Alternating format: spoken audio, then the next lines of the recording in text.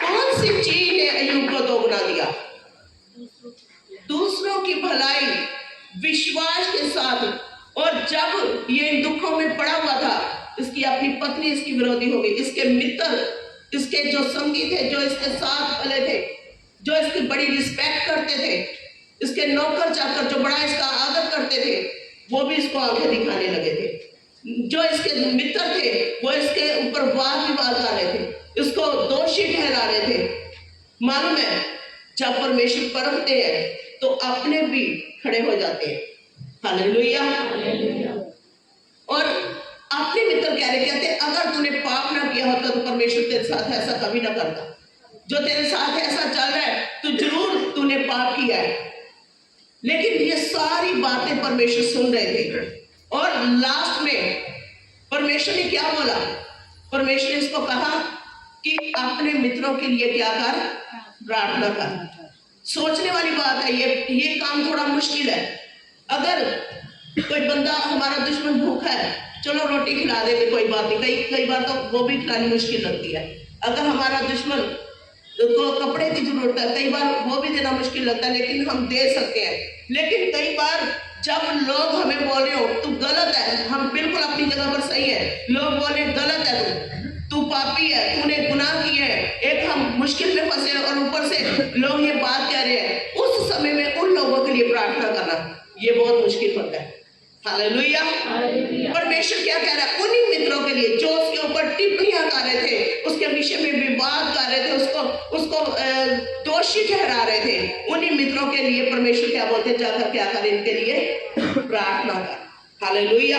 42 अध्याय इसी का। हर एक जन चाहेगा कि मुझे दोगुना मिले। अगर पूछा जाए तो हर एक जन चाहता है कि दुगना मसा हो मेरे पास, जो मैंने खोया वो दोगुना करके मिल जाए।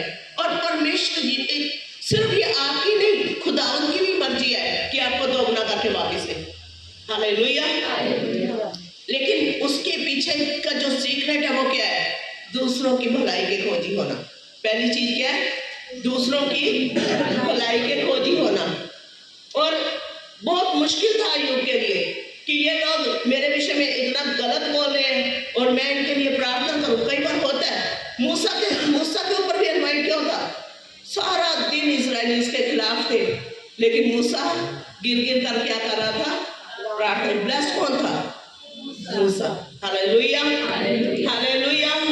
यहाँ पर प्रभु ने इसके मित्रों को बहाल करने से भी पहले किसको बहाल किया? प्रार्थना किसके लिए हुई थी? मित्रों के लिए। लेकिन बहाल परमेश्वर ने किसको किया? अय्यूब को। मतलब जब आप प्रार्थना करते हैं, दूसरों के लिए प्रेयर करते हैं, आप बहाल होते हैं। हालेलुया।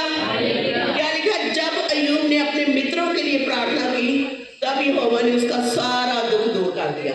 हालेलुया। अगर आपको लगता है परीक्षा में पड़े हुए हो, अगर आपको लगता है कि ये बहुत लंबा समय हो गया, आप दूसरों के लिए प्रार्थना करना शुरू करो। दूसरों को जाकर सुसमाचार बताना शुरू करो। विधवाओं की सुधि लो, अनाथों पर अनुग्रह करो, ताकि परमेश्वर आपकी प्रार्थना को जल्दी सुने। हालेलुया। सिर्फ मसीह होकर प्रे करते जाना ये मसीहत नहीं है। प्रे करना बहुत जरूरी है, ये बेस है आपका। आपकी प्रार्थना सबसे पहली चीज है, लेकिन साथ में दूसरों की भलाई करने से आपकी प्रार्थना जल्दी स्वर्ग में सुनी जाती है। हालेलुया। कहते हैं परमेश्वर ने उसका सारा दुख दूर किया और जितना अय्यूब के पास पहले था, यहोवा ने उसे कितना दिया? 2 गुना करके उसे दिया। आमीन। आमीन। हालेलुया। जब आप दूसरों के लिए प्रार्थना करते, दूसरों की भलाई के खोजी होते हैं, ये नहीं कि हम हमेशा दूसरे को नीचा दिखाते रहे। जब भी किसी की बात हो तो हमें उसकी कमियां ही नजर आए, हमें उसकी गलतियां ही, हम जब भी बात करें दूसरों के बारे में, कभी भी बात हो तो दूसरों की गलती के बारे में बात हो। मालूम है दोष लगाने वाला कौन है? भाइयों पर दोष कौन लगाता है? शैतान। हालेलुया। अगर आप अपनी कलीसिया से प्रेम नहीं करते, आप अपने भाइयों का आदर नहीं करते, उनको अपने से बेहतर नहीं जानते, अपनी बहनों को अपने से बेहतर नहीं जानते, तो ये ना सोचना आप पवित्र आत्मा के अंडर हो। हालेलुया। दोष लगाने वाला कौन है? वो सारा दिन दोष लगाता, वो तो ऐसा है, वो तो ऐसा, उसको उसकी कमियां नजर आती रहेंगी। लेकिन अय्यूब के मित्रों के अंदर क्या कमियां नहीं थी या नहीं? लेकिन वो उनके लिए क्या कर रहा था? क्या हम कभी किसी के लिए नाम ले लेकर प्रे करते हैं? अगर हम नाम लेकर प्रे करते हो तो हम दोष नहीं लगाएंगे उनके ऊपर। Hallelujah, hallelujah. कहता जो अपने भाई पर दोष लगाता है वो व्यवस्था पर दोष, वो प्रभु के वचन पर दोष लगाता है। हम जब भी मिलते, जब भी बात करते हैं, दूसरों की कमियां हमें नजर आती है। जब आप दूसरों के लिए प्रार्थना करना शुरू करोगे, परमेश्वर आपको ऊंचाइयों पर लेकर जाएंगे। आमीन, हालेलुया। ये है पहला सीक्रेट। अब निकालेंगे दूसरा राजा। यहाँ पर एलिया है, परमेश्वर का अभिषेक जन, और उसके ऊपर बहुत जबरदस्त मसा है, परमेश्वर की आग है, उसके ऊपर सामर्थ है, एक सामर्थी जन है। और जो अलीशा था उसका चेला था, और अलीशा इतनी वफादारी से एलिया के साथ चला कि यहाँ पर लिखा है कि जब एलिया के उठाए जाने का समय आ गया, एलिया को पता है कि अब मुझे परमेश्वर के पास जाना है, मेरे उठाए जाने का समय निकट है। तो उसने क्या किया?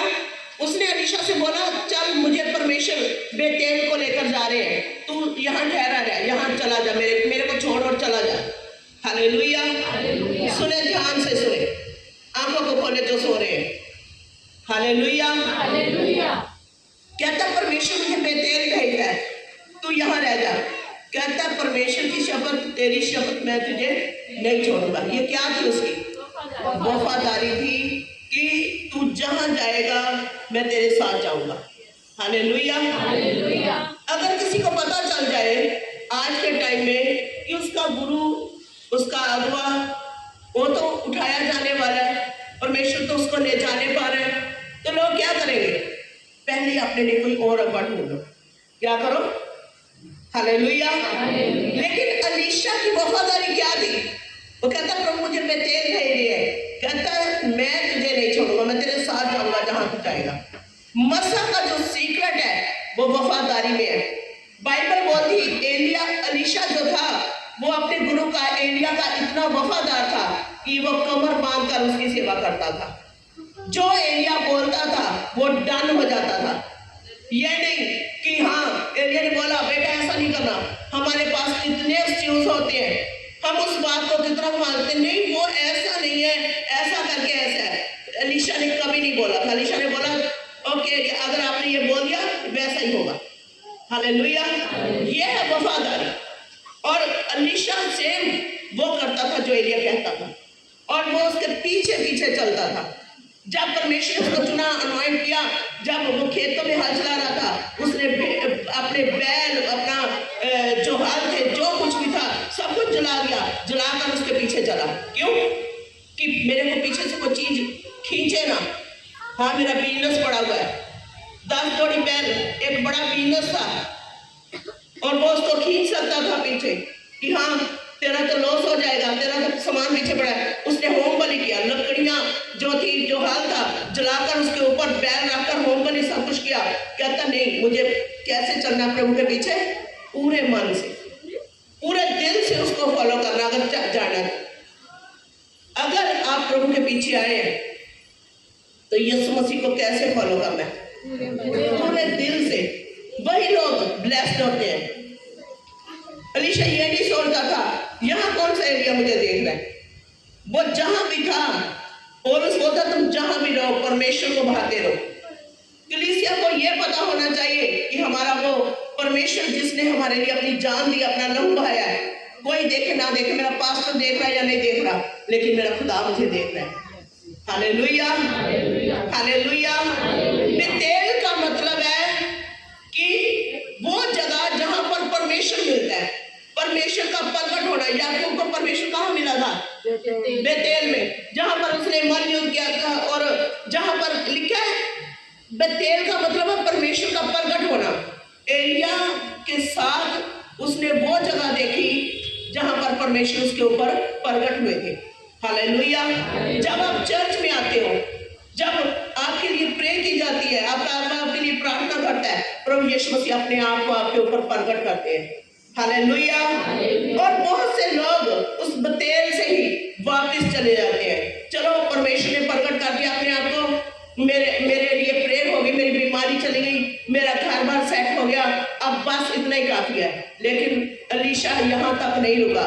उसके बाद बेतेल से बाद एलिया कहता है कि अब यहोवा मुझे यरीहो भेज रहा है। यरीहो का मतलब है रुकावट। जब आप परमेश्वर को पाते हो, शैतान रुकावट लेकर आता है। हालेलुया। आप शिफा पा गए, चंगाई पा गए, प्रभु से बरकत पा गए, अब शैतान आता है, परखता है, परमेश्वर से बोलता है ये बंदा बड़ा यीशु यीशु करने लगा है, देख लेने दो, एक बार मुझे परख लेने दो। जैसे यूं के लिए बोला, परमेश्वर बोलते देख ला, परख ला, और बीच में थोड़ा सा टाइम रुकावट लेकर आता है शैतान, यरीहो की ओर कहता जाता हूँ, रुकावट की ओर।